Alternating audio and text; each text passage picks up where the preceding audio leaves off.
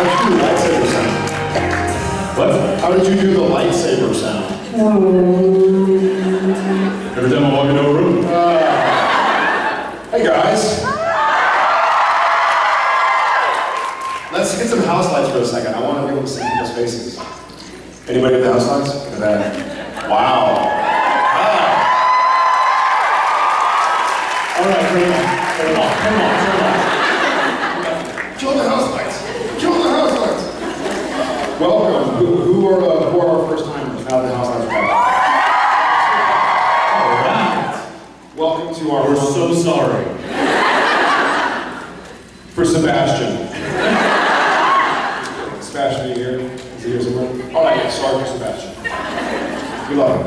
Well, without further ado, let's go ahead and... Oh, let's have some more ado. All right, let's have a do. Let's go ahead and talk to some people who have been dying to ask some questions. How are you? I'm fine, thank you. I asked a question of Jared this morning, so I'd like to ask a question of Jackson. I already got you. My question is, Dean is supposed to be so macho, but he cries more than anybody else. And I remembered your story about how you ate accidentally and then you, for a scene, and then it turns out now you have to eat forever. Is it the same sort of thing? Did you cry so pretty the first time, but they always make you cry now?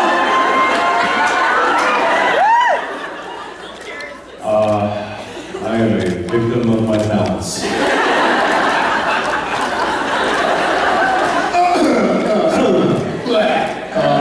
Yeah, you know, I'm glad you asked that question. Because there's a few of the brass in the room, actually. We have a writer, maybe a producer or two, and you know, it is true. Dean is a tough guy. Why does he cry? This is ridiculous. You know, I think I probably shot myself in the foot when the single tear came down the face. As if I could do that on call. You can't. The stars aligned, it happened, and now they think I can do it all the time. It sucks. This is my life as Dean Winchester.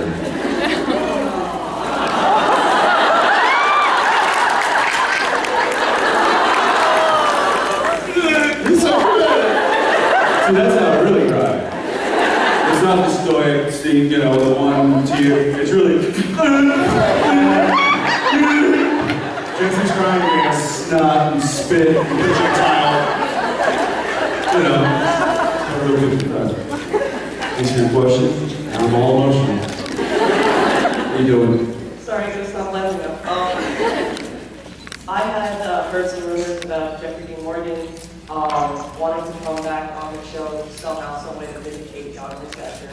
Because over the years, he's been kind of seen as like not there, deadbeat dad, and he promises some stuff Tina said in the seasons.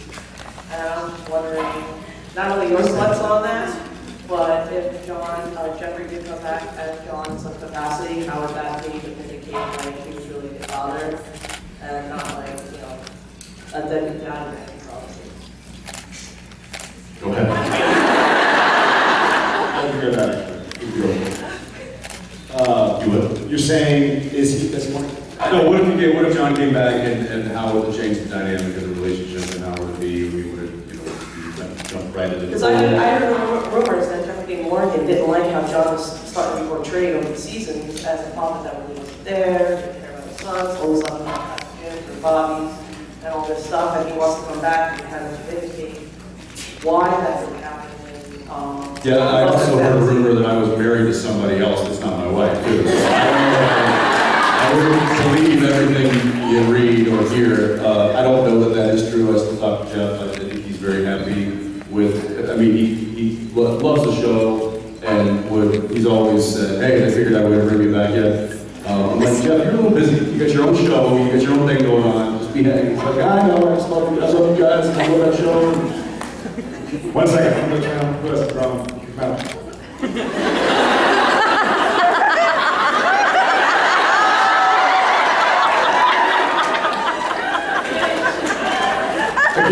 not you.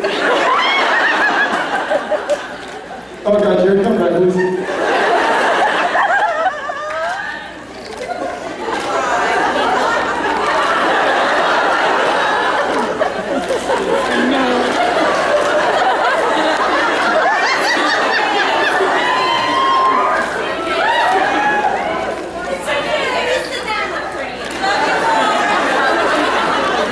So many flashlights.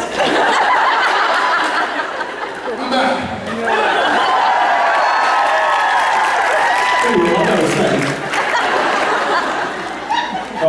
Yeah, I think that it'd be, given the opportunity, it would happen, but it's, he's got his thing and the show's going well, and if it came back, that's probably a great dynamic. But is it gonna happen? I don't know.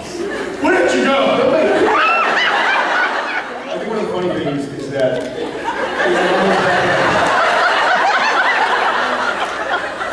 it almost accidentally happened properly. Like, if Jeffrey didn't get Grey's Anatomy, he probably would have been on more episodes for Natural. But the way it worked out, see, that was it. Yeah, right? Am I crazy? What is it?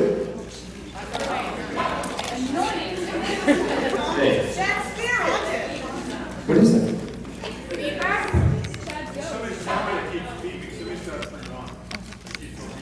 What is it? No, it's not. No. Speaker? Living in salt.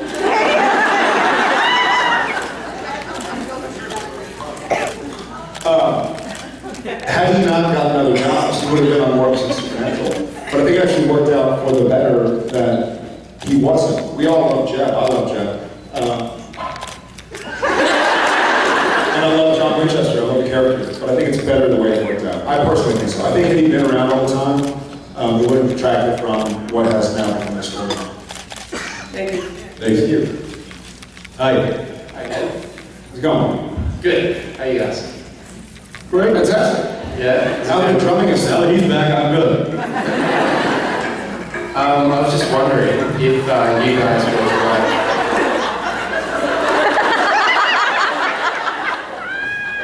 I didn't know it was that part of it. No. There's like a drumming noise. Yeah, exactly. There's someone playing the drums in the speaker. I mean, No, go ahead. Probably Richard Spade back there being an idiot. I was just wondering if you two were to write, or each of you individually were to write an episode, what would you have your characters do? Where would you go? What would you hunt? I would love to write an episode about Dean Winchester. A day in the life of Dean Winchester. Just combing his hair, brushing his teeth, flexing in the mirror, and crying. Beautiful.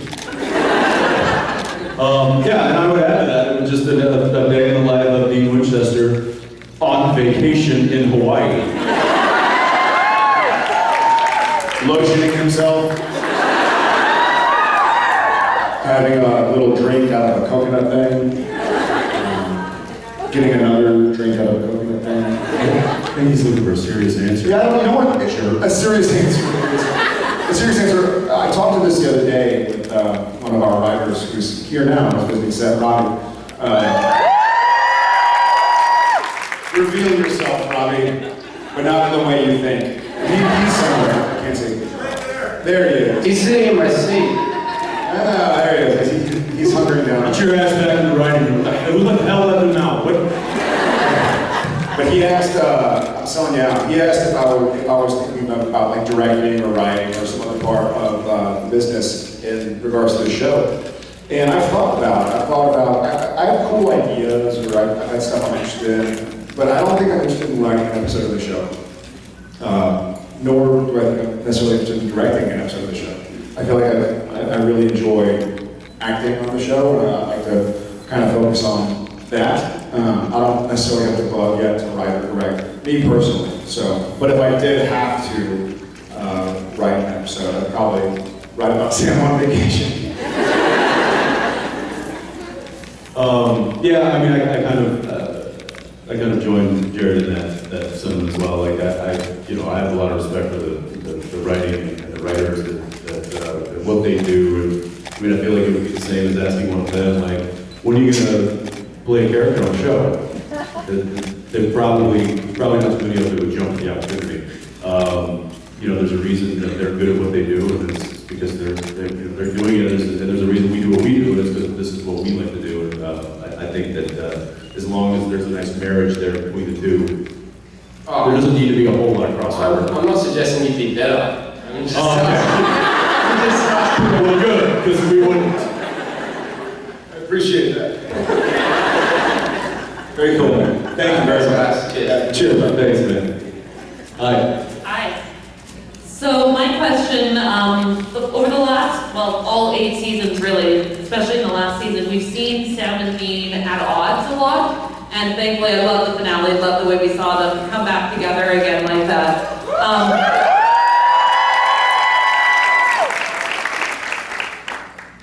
However, the question I'm wondering is, when you guys are at odds, we get some really great scenes with Sam and Dean physically fighting each other, which I think I'm not alone in enjoying watching those scenes.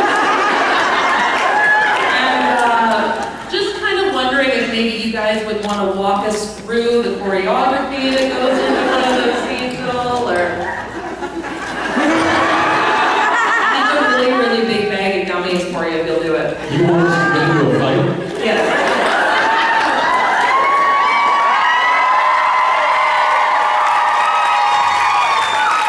But then he's gonna cry again.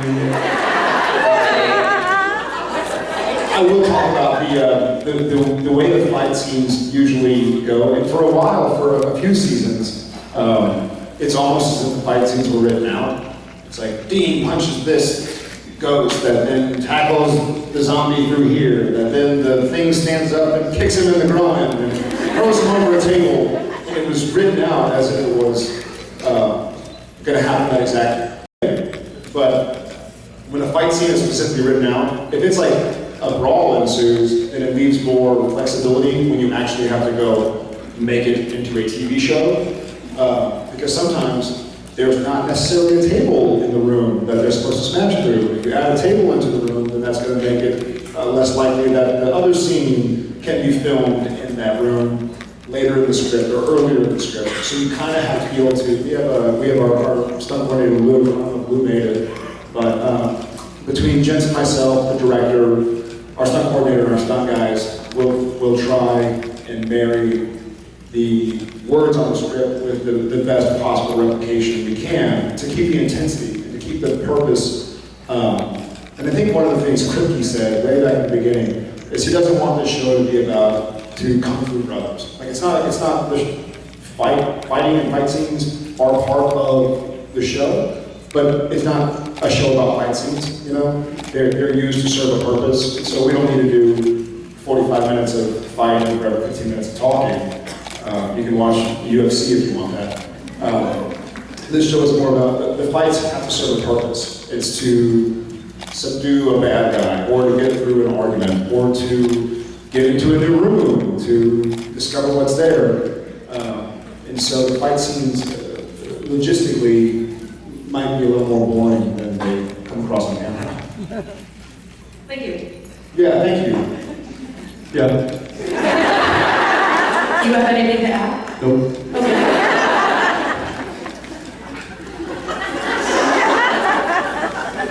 He's right behind me. Hi.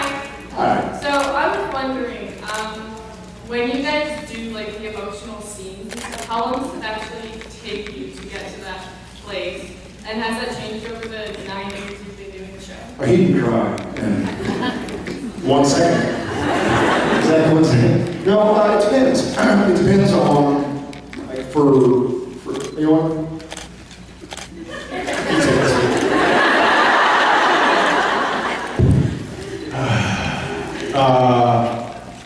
Emotional scenes, right?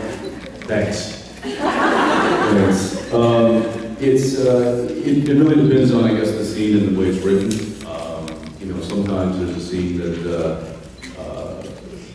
the beginning of the scene, you're not emotional, then by the end of the scene, you are emotional. So you've got to find a way to get there within the scene.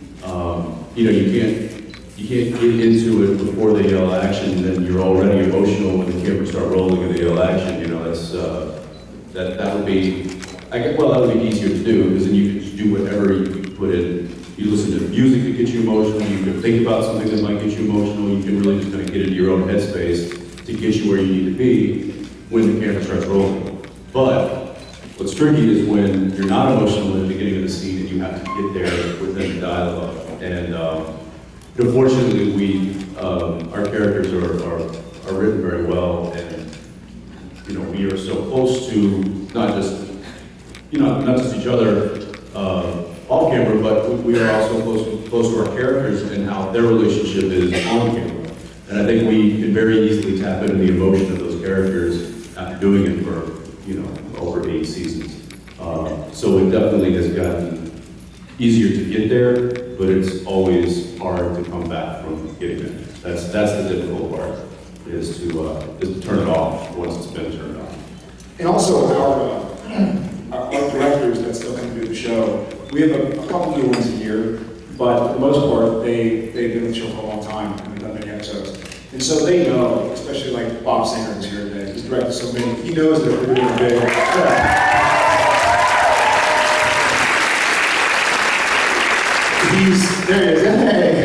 he's sympathetic to the idea that if we're doing a big emotional scene, we can't do it 30 times. And so he makes sure everything's perfect, and I think I see Sarah's over there. Sarah makes sure the lighting's perfect, and there are so many places that go into it so that when it's time to make it happen, hopefully we can make it happen and move on. Because you don't want to sit and cry for 12 hours a day, unless you're Dean. But I actually find, in a funny way, I actually find it easier to go, I think for him he kind of more difficult to go from not crying to crying. I find it easier to build up if the dialogue leads up to it properly. As in, it's not like all of a sudden I'm crying out of nowhere, but if it's a sad moment, like when we did the finale scene, it was so easy to get emotional because there was so much going on. We had a chance to, as Sam and Dean, get into the scene, get into the moment, and get into the fact that it was a very emotionally charged atmosphere. And so for me, that felt pretty easy. It's called acting. Thank you. Thank you very much. Hi. Hi there, how are you? Lovely. Good. Whoa. Whoa. We just got like a full monitor here. I feel like we need to plug in a Strat to go to town. Do it! Yeah, I'm not going to, so. Hi. Hi. So my question was actually asked already. It was a crime question. All right, next question. I have to come up What's up with the crime questions today, guys? I have another question though because of this. Okay. No problem. Well, maybe some crime involved. Oh my. Football season is starting. How do you believe Jared, based on some of your tweets, you are not really confident about Tony Romo. Whatever gave you that idea? No, I'm not. Are there any other Cowboy fans out there? Are there any Rumble? Less enthusiastic? What fans? What? I didn't hear Tony Romo. Tony Romo, he's the Oh, I hate quarterback. Tony Romo. Yeah, me too. I hate the Cowboys though, so. But also, Back me up, Cowboy fans. Let's get her. Let's get her. Let's get her. I'm a Bills fan. We lost a couple of Super Oh, Bowls wow. to them, so Don Beebe, yeah, and I'm going to be crying this season as well. So I'll be doing it. thanks. Oh yeah, thank you very much. Hi. Hi. So you guys entertain and inspire a lot of people, and Jensen, I really like the way you do directing as well. Who or what inspires you guys?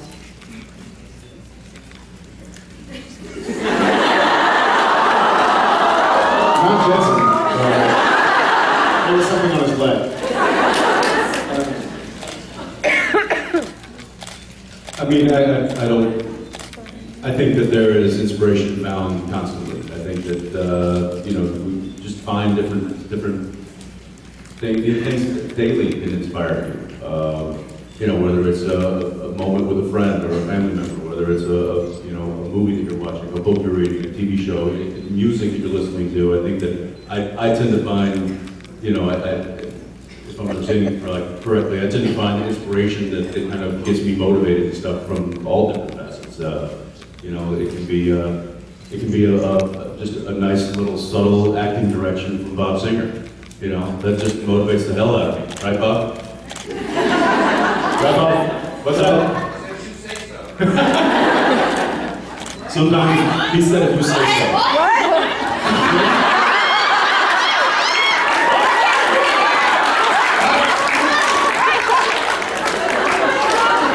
You know, it's hard. I can't see you.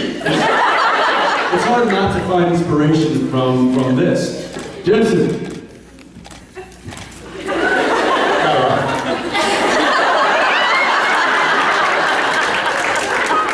You always know what it means. Inspiration.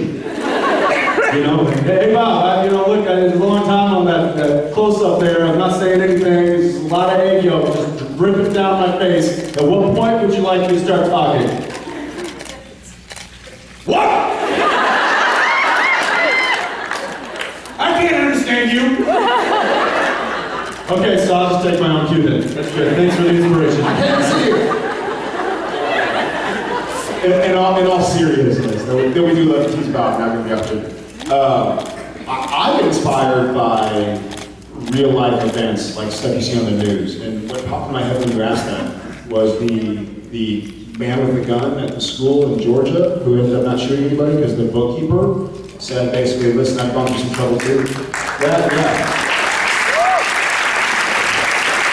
That's amazing to me.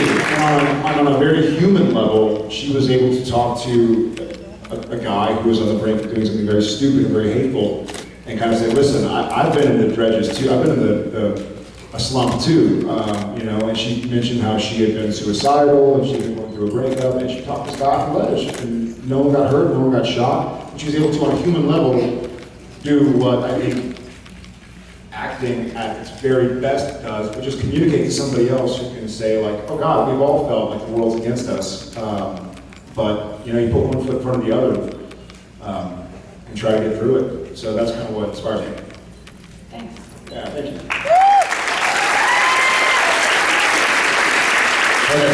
Hello, sorry for bad English, I'm so nervous. So I hear like one.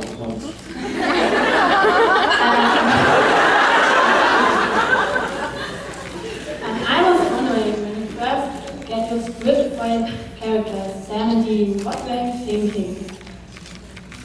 The very first script ever, or Yeah. still? I was really excited. I remember when I heard that, she basically said when we first got the script, and we were reading Supernatural, the pilot, many years ago, what were we thinking? And I, for my part, was very excited. I was a fan of the X-Files, I'm a fan of scary movies and TV shows that are treated real. At the time that I did Supernatural pilot, I was also doing Gilmore Girls, and at the same time, the real Dean. Really? Really? But there were shows like Buffy and Angel. I was just reading on the show. And while I did enjoy those three shows, in particular the one that network, I didn't want to be a part of a campy show. I wanted to be part of a real, scary, gritty show that could tell the kind of stories that we're telling now, 9 years later. So I was really excited at how they treated it as if it was reality. It really was. There's shows like Jones that are really fun to kind of go and campy and have a good time. But I wanted to tell a story that we treated like reality, even though very obviously it's not. When I first got the script, I was, they were trying to cast the role of Sam first. So I actually auditioned for the role of Sam. And in the process, I was reading, it was a scene between Sam and Dean, and they had to start casting. They wanted to get Sam first, and then they were going to cast Dean after that. And so I've been reading for Sam, I was reading the Dean character in the audition. After I finished the read, I was like, listen, The character that cries a lot. I want to read him.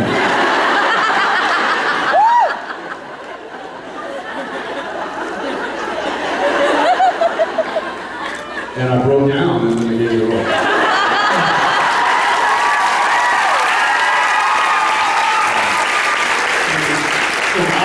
After he said that, I was like, good, because I want to be the character that hooks up with that Ruby girl.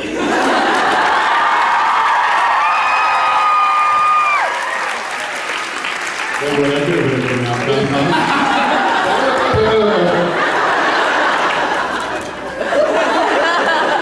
So I think it worked out for that. Thank you. Thank you. Thanks.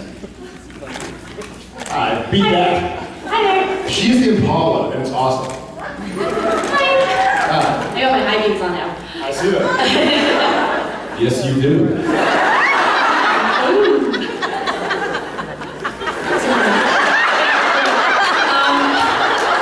Yeah, you do.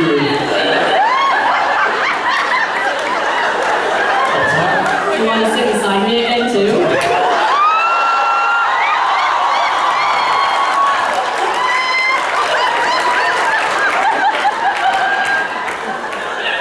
Tap the brakes.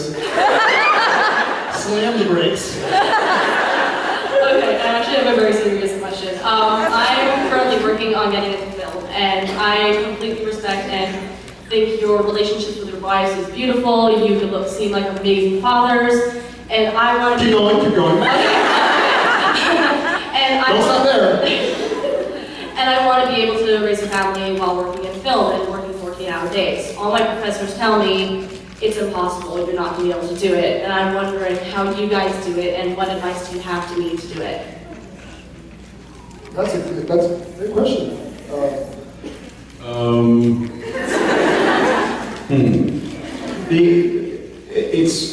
I am, speaking just on my own behalf, I'm incredibly happy in my marriage and as a father. I love my wife very much, I love my kids very much. But as far as the relationship goes, you have to work at it. Like anything you care about, anything. Even if you work so well in the beginning, you have to, even if working at it just means getting on a plane after 2 hours of sleep to make sure you can see each other for a night. Even if working at it means not spending Saturday night with your son because you really just want to see your wife, because if you and your wife work, your family will work. Even if it means waking up an hour earlier to go for a walk, even though you'll now have to work on your script an hour before that. So just working at it. Work doesn't, for me, work doesn't have that connotation. Like if someone tells me you're going to have to work hard, I just saw Osrich's Twitter thing. It says like, I'll stop working and relax when I enjoy relaxing as much as work. I was like, that's cool. Of course, he's a little badass, so of course he thinks that, but I feel like that. Like I'm excited to work. I'm excited to work and make my relationship better, make myself a better father, a better husband. So work at it. Don't assume it's going to take care of itself, because nothing takes care of itself. Nothing.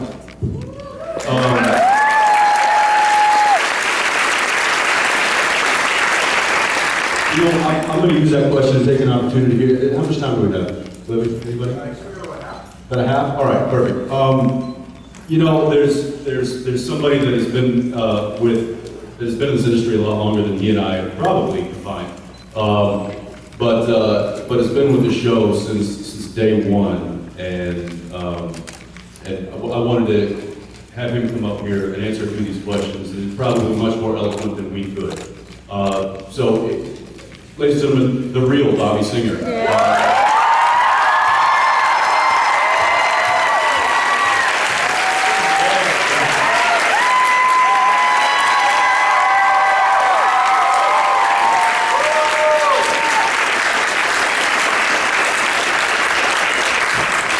You want another one? Bob, how do you balance it? What? Speed it up? That's the direction. Jesse. And we understand. How do you balance professional life?